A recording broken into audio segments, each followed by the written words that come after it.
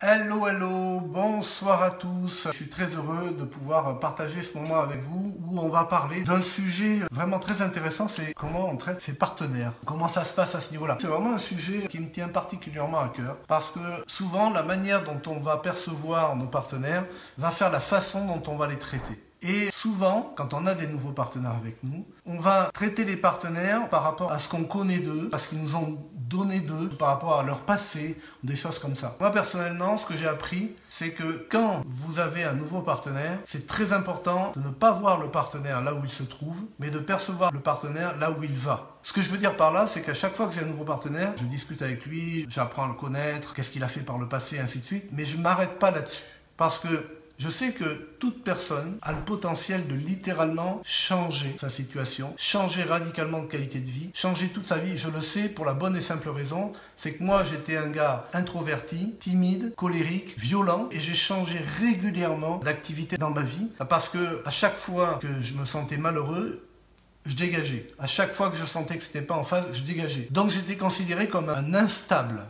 Donc si la personne qui m'a fait découvrir le marketing réseau m'avait perçu comme ça, admettons que j'ai pas fait de réseau jusqu'à présent, si aujourd'hui une personne me démarrait et qu'elle me demandait mon parcours, je me dirais mais ce mec-là il arrête pas de bouger, il arrête pas de changer, il tient pas en place, et puis vraiment je sens que bon c'est un teigneux, ainsi de suite. Est-ce que ça va être le bon profil? Je vais vous dire une chose, le bon profil, c'est la personne décidée, c'est la personne volontaire, engagée, qui a décidé de faire une différence. Peu importe ce qu'elle a pu faire auparavant, peu importe ce qu'elle a pu vivre, le degré d'instabilité que reflète, on va dire entre guillemets, son cursus. Elle peut avoir un comportement antisocial. C'est pas important ces choses-là. Ce qui est véritablement important, c'est de traiter chaque nouveau partenaire comme quelqu'un d'unique, ayant un potentiel illimité. Si vous traitez vos partenaires de cette façon, si vous considérez que vos partenaires sont des personnes tout à fait exceptionnelles, mais qu'elles n'en ont pas conscience, bien vous savez ce qui va se passer. Vous allez avoir ces personnes qui vont peut-être pour la première fois être confrontées à une personne qui les visualise comme des gens capables, comme des personnes qui peuvent littéralement y arriver et changer. Et ça, quand vous avez le regard d'une personne posée sur vous qui vous dit avec une grande sincérité, une grande franchise que vous pouvez y arriver, vous pouvez réussir et que ce que vous êtes en train de dire, c'est pas simplement des belles paroles, mais c'est parce que vous savez que vous avez une personne en face de vous et que cette personne a du potentiel comme toute personne et que vous n'êtes plus en train de juger cette personne par rapport à un passé, mais simplement vous considérez la personne par rapport aux actions qu'elle va poser. Je me fous littéralement de savoir qu'un partenaire, ce qu'il était auparavant, ou même ce qu'il est aujourd'hui, moi ce qui m'intéresse, c'est ce qu'il peut devenir. C'est ce qui va se passer dans l'avenir. Je ne regarde pas encore une fois là où il est, je regarde là où il peut se rendre, là où il a décidé d'aller. Et je vais toujours le considérer par rapport à cela. Et pour moi, le fait que je continue à m'investir ou pas, va être directement lié aux actions et aux remises en question que la personne va mener.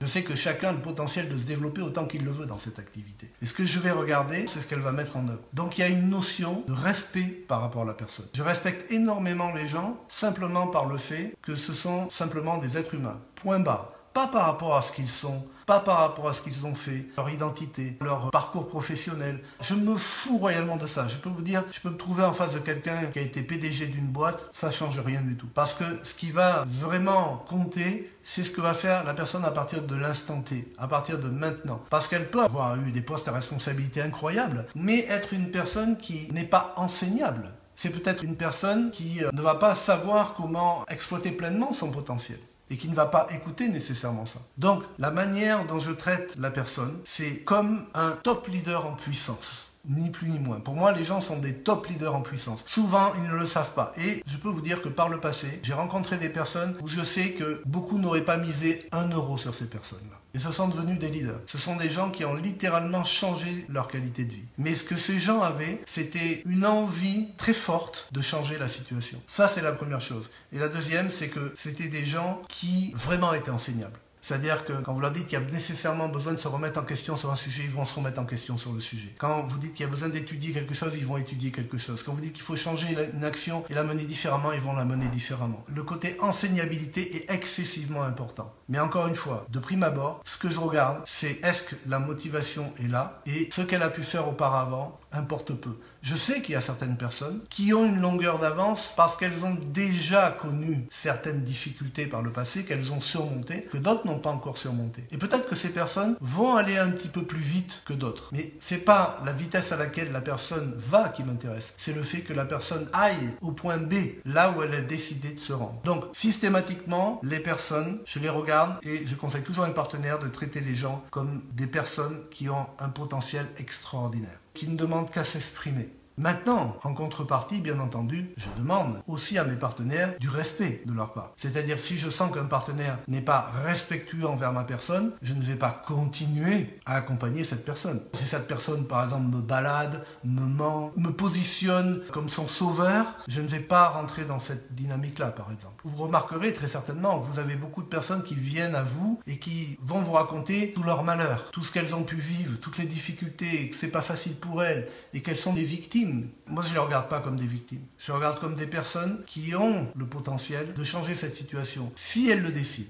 Donc voilà, ça, c'est un point excessivement important. Après, il y a un deuxième point excessivement important. Énormément de partenaires qui développent des réseaux n'ont pas la vision que nos partenaires sont une passerelle vers de nouveaux partenaires. Ils ne visualisent pas ça, ils ne voient pas ça. Souvent, ils ne voient que ce qu'on appelle le premier niveau. Mais ils ne réalisent pas que ces personnes peuvent elles-mêmes amener d'autres personnes, qui elles-mêmes peuvent amener d'autres personnes, et ainsi de suite. Quand vous allez développer votre réseau, vous aurez certaines personnes qui vont développer, qui vont devenir des leaders, et qui eux-mêmes auront des leaders, et ainsi de suite. Et ce sera ce qu'on appelle vos premières générations. Mais il arrivera que vous avez des personnes, ce ne seront pas vos premières générations, ce sera les deuxième, troisième, quatrième ou cinquième génération qui se révélera être le leader, qui va effectivement développer le potentiel de l'équipe. Ça, c'est vraiment important à comprendre. Quand vous regardez une personne, regardez son potentiel et ne voyez pas une personne. Quand je vois la personne, je vois son potentiel propre et je vois tout le potentiel qu'il y a autour d'elle. Comme je dis souvent, à l'âge de 25 ans, une personne a côtoyé et tutoyé en moyenne 400 personnes. Ça veut dire qu'il y a un potentiel énorme chez la personne, mais derrière la personne. Voilà pourquoi il est important de mettre rapidement les choses en œuvre et de passer rapidement en action. Parce que ça va renforcer la structure, ça va renforcer votre partenaire. Le but, c'est de descendre le plus loin possible dans les générations, dans les listes. Plus vous descendez profondément, plus vous consolidez les personnes. Parce qu'une personne qui démarre, une personne qui elle-même en démarre une, qui elle-même en démarre une, votre première génération, elle dit « Hey, j'ai 3 générations déjà derrière moi. Ah, ça fonctionne, il y a une équipe, c'est super. » Au pire, ce qui peut se passer, c'est que les générations qu'il y a, par exemple, entre votre 4e génération et votre première, la 1, 2, 3 disparaissent. Au mieux, ça va renforcer la 1, la 2 et la 3. Un jour comme ça, j'ai rencontré un leader américain qui m'expliquait que sa première génération, qui était une équipe gigantesque,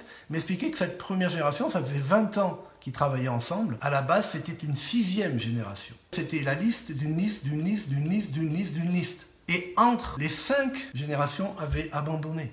Donc gardez présent cela à l'esprit. Le respect envers vos nouveaux partenaires, la façon dont vous les percevez va les aider à se percevoir aussi et à se croire capables de réussir. Ça, c'est vraiment quelque chose d'important. Et pensez bien que derrière cela, il y a également des personnes qui peuvent venir grandir la structure et qui peuvent être le leader. Ça ne va pas être nécessairement cette première personne, mais ça va être en profondeur. Sur toutes les lignes que j'ai développées, toutes les personnes ne sont pas des premières générations. J'ai même une très grosse ligne qui s'est développée et qui est venu d'une personne qui n'a démarré que cette personne. Je ne sais pas si vous vous imaginez. Il a démarré cette personne-là et après, il n'a plus rien fait. Donc pensez toujours que, en plus d'être une personne qui a le potentiel de se développer, cette personne a le potentiel de vous amener sur d'autres personnes qui vont faire la différence. Si ça vous est déjà arrivé, dites-moi, ah ouais, ça m'est déjà arrivé, j'ai déjà effectivement rencontré des personnes qui m'ont amené des personnes, entre les deux ça a arrêté, ça m'intéresse, marquez-moi si c'est le cas pour vous. Mais je vais vous raconter une histoire pour terminer. Je me rappellerai toujours d'un événement dans lequel j'étais, et c'était mon premier événement. Il y avait un top leader, quelqu'un qui avait vraiment une très grosse structure, et qui tout d'un coup était sur scène et qui demande est-ce qu'il y a des personnes dans cette salle qui ont gagné le challenge, je ne me rappelle plus, Tartampion. Et là, on entend hurler dans la salle une personne qui est on aurait dit un cochon, sincèrement. Et je vois un petit bout de botte femme qui se met à monter sur sa chaise et à sauter sur sa chaise. Elle avait une robe à volant. Quand elle sautait, la robe à volant montait, puis elle retombait comme ça. On aurait dit qu'elle planait dans les airs. Et quand j'ai vu cette femme-là avoir ce comportement, j'ai dit, c'est quoi cet engin? Je vous promets, à l'époque, j'avais pas l'attitude que j'ai aujourd'hui, ni le respect envers les personnes que je peux avoir cultivées au fil des années, mais j'ai dit, c'est quoi cet engin, quoi? Quand j'ai vu cette femme monter sur scène, elle était quasiment aussi haute que large. Je me suis dit, si elle a réussi à gagner ce challenge, moi je vais tout casser. Et non seulement elle avait gagné le challenge, mais elle avait une structure qui faisait plusieurs millions d'euros par mois. Et là, j'ai pris une pelle, j'ai pris une claque, parce que moi qui croyais que avec mon savoir, mon expérience et ainsi de suite, j'allais faire les différences et que si ce petit bout de bonne femme qui ressemblait à rien du tout avait réussi à faire ce qu'elle avait fait, les doigts dans le nez, j'allais tout exploser. Bien sûr, ouais. Okay. Ça, je sais que ça nous arrive régulièrement quand on débute dans ce métier. Pourquoi? Parce qu'on est habitué toujours comparer les gens. On fait partie d'un monde, on vient d'un monde au niveau de notre éducation où on est toujours en train de comparer les gens par rapport à leur position sociale, par rapport à leur apparence également. Et donc, on porte des jugements par rapport à une identité, mais pas par rapport à ce qu'il y a au fond de la personne. Et ce petit bout de bonne femme, c'était une putain de battante, quoi. C'était quelqu'un qui était enseignable au possible, c'était une battante incroyable. Elle a tout explosé. Et c'est pour ça que je vous disais aujourd'hui, depuis de longues années, quand je regarde une personne, je ne regarde pas d'où vient la personne, je ne regarde pas comment elle est attifée, je ne regarde pas son apparence, je regarde ce qu'elle est prête à changer, ce qu'elle est prête à donner d'elle-même, est-ce qu'elle est prête à rallumer la flamme et à utiliser son potentiel. Ça, c'est la chose la plus importante. Vous savez, l'humilité, c'est quelque chose qui se cultive en permanence. Parce que vous aurez tendance à un moment, vous serez rattrapé par votre ego et vous croirez que tout est arrivé parce que vous avez déjà fait ceci, cela. Et croyez-moi, quand vous commencez à faire ça, vous n'allez pas tarder à prendre une grande claque derrière la tête qui va vous ramener en droite ligne avec « Hé, redescends sur terre, Coco. T'as rien d'exceptionnel. T'as simplement activé ton potentiel. Tout à chacun peut faire comme toi. Tout à chacun va peut-être pas décider de le faire, mais te crois pas supérieur parce que t'as utilisé ton potentiel. » Ça, c'est toujours la chose qu'il faut garder en tête. Toujours se souvenir d'où on vient et toujours se souvenir que tout le monde a le potentiel de décider d'activer. Voilà, c'est ce que je voulais partager avec vous ce soir. Dites-moi, le regard que vous portez sur vos partenaires, est-ce que vous portez un regard bienveillant? Et puis je répondrai aussi à vos questions. J'ai été heureux de partager ce moment avec vous. Merci d'avoir été là. J'espère que ça vous aura été utile. Abonnez-vous. Je vous souhaite une superbe fin de soirée. Bonsoir à tous. Bye bye.